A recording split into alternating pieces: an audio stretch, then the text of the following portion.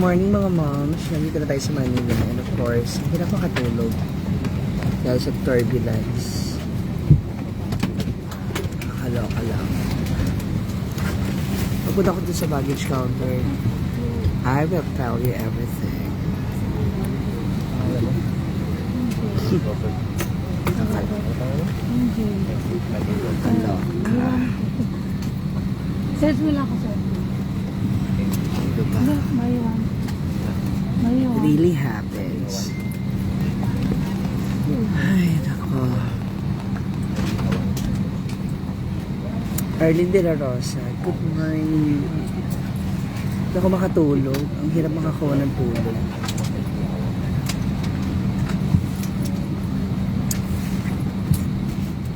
This time ako naman. Arlene, meron akong 5 project. So, kailangan talaga umuwi ng Manila. So, 20 minutes before 8, meron akong i-upload na bagong videos. So, panoorin nyo. Hi, Ate May from Hong Kong. Ate May naman ng Marikina. Yes. Sakit ng ulo. Gusto mong tulog, di mo makuha.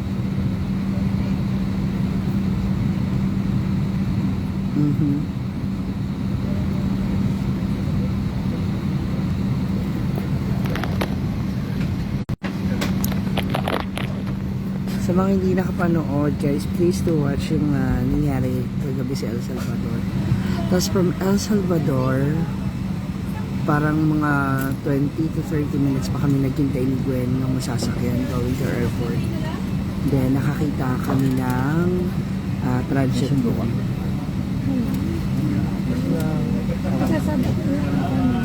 Van creamy.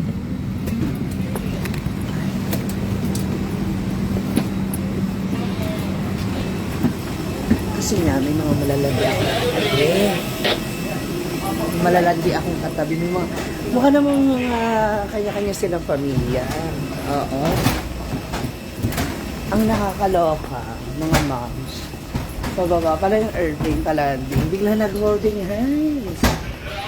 Kung gusto mo magpahinga, kaya lang, ewan.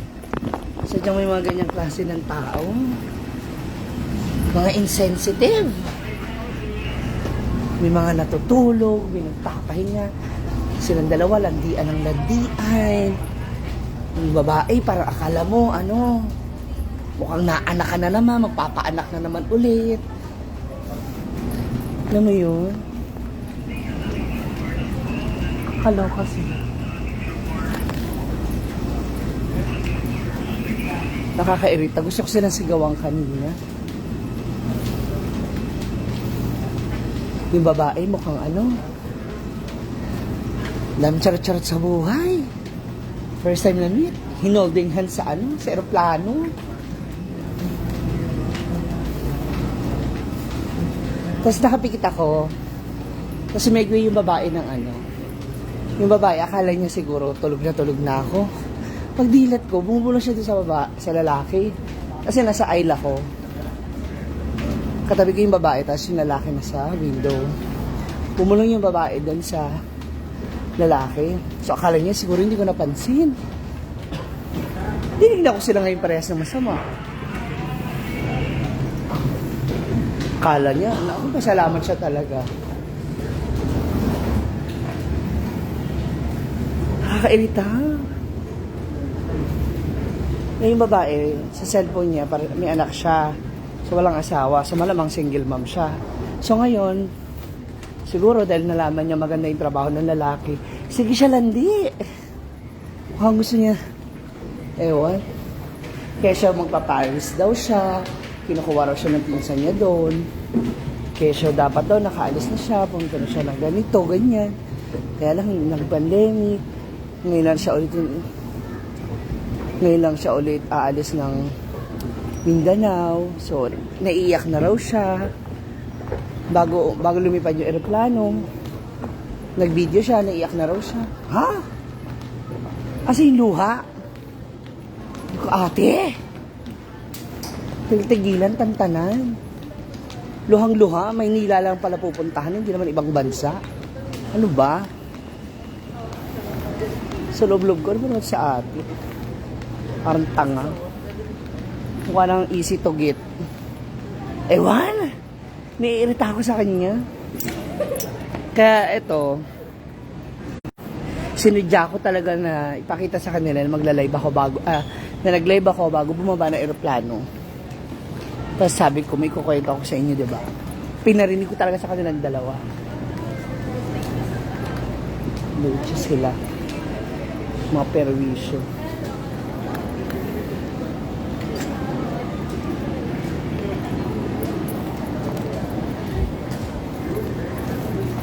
Baggage. Kuya, Cagayan de Oro. Ito.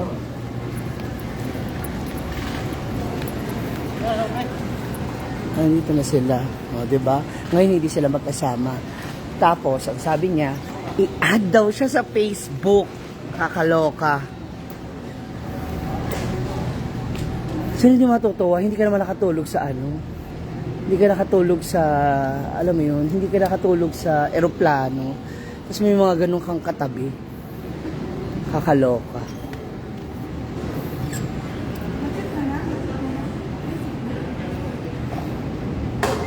Kung gusto mo magpahinga, kaya lang, syempre, hindi mo naman mapiplis ang lahat ng tao.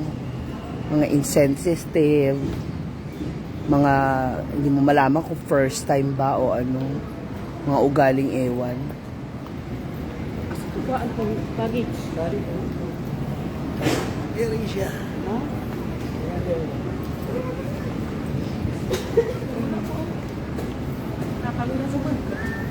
Mga perwisyo, hindi na lang mag-ano.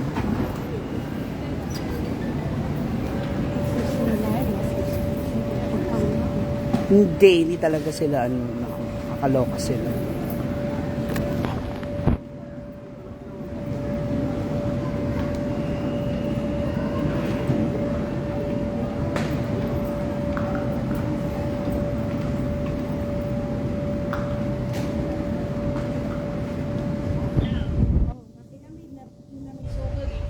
Nakakasira talaga ng mood, as usual.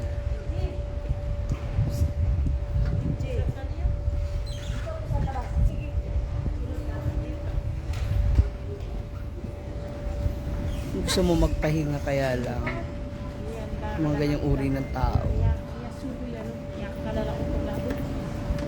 Pag-isip.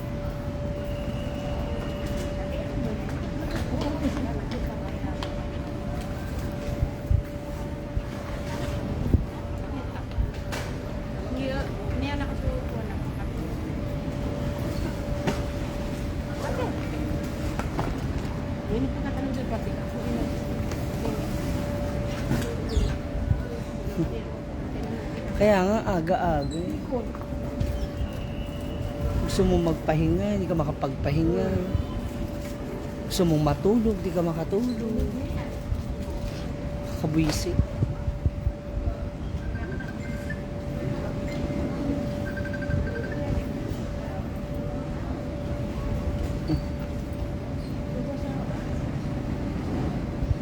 Sobra, nako. Saya-saya ko pa naman last night.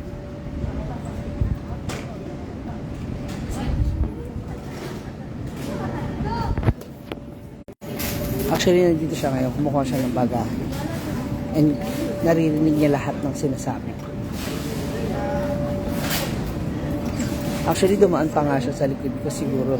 Just to ano lang, just to verify. Siguro, ganon. Kung ano yung nakikita niya, ay, saan ako nagla-live. Nakakairita.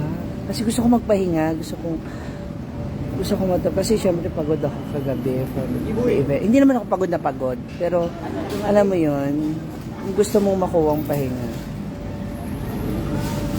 Hindi sila magsasorry kasi ang intention nila magkwentuhan the whole flight. Pero kasi yung lakas ng kwentuhan, yun ang hindi ko mati. Hindi sila magkakilala pero nag-holding hands sila sa taas. Oh, yes, wala na akong pakialam doon. Like, parang, diba?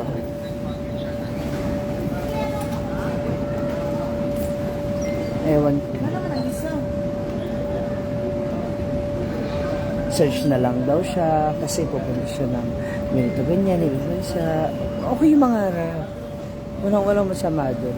Maganda yun. Kaya lang yun. Ewan. Yung galawan ng ano. Yun yung mga galawan ng mga... basta.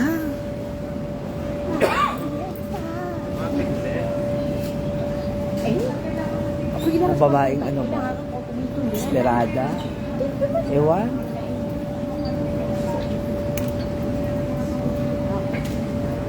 Hi, Mia Arriba.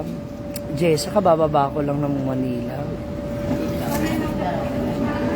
Ayoko maging judgmental, kaya lang sa nangyari, sa ginawa nila, irita ako.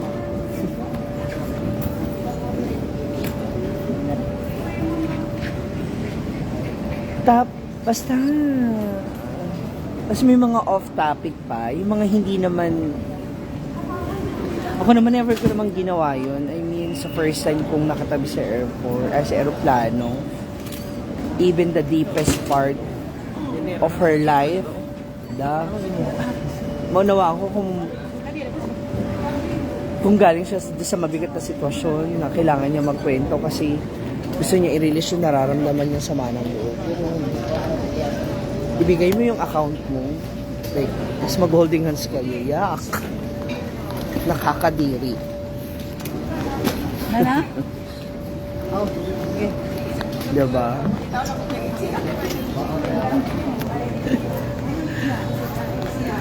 Ewan. Anyway, eto na, palabas na ako ng airport. Sige, sister, dyan na ako punta. Pa-exit na ako ng airport. Uy, may pa-upload ako ngayong 8 a.m. Abangan nyo po yun. Nakakatuwa lang and I'm so thankful kasi si Brenda talaga, pina-experience niya sa amin. Yung basta, ano mo yun, every time na may show kami, sa mga binibigay niyang shows and racket, especially with me, kasi madalas kami talaga magkasama. I'm just so thankful kasi yung binibigay niya sa aming opportunity para maramdaman din namin yung ganong feeling kasama siya. Sakay na ako ng taxi, mga moms. See ya. Try natin kung pasasakay na ako ng taxi na.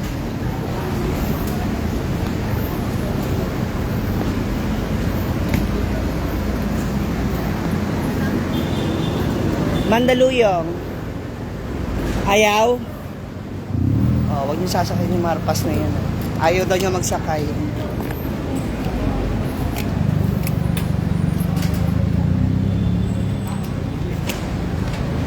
Namamasada, ayaw niya magsakay. Layas!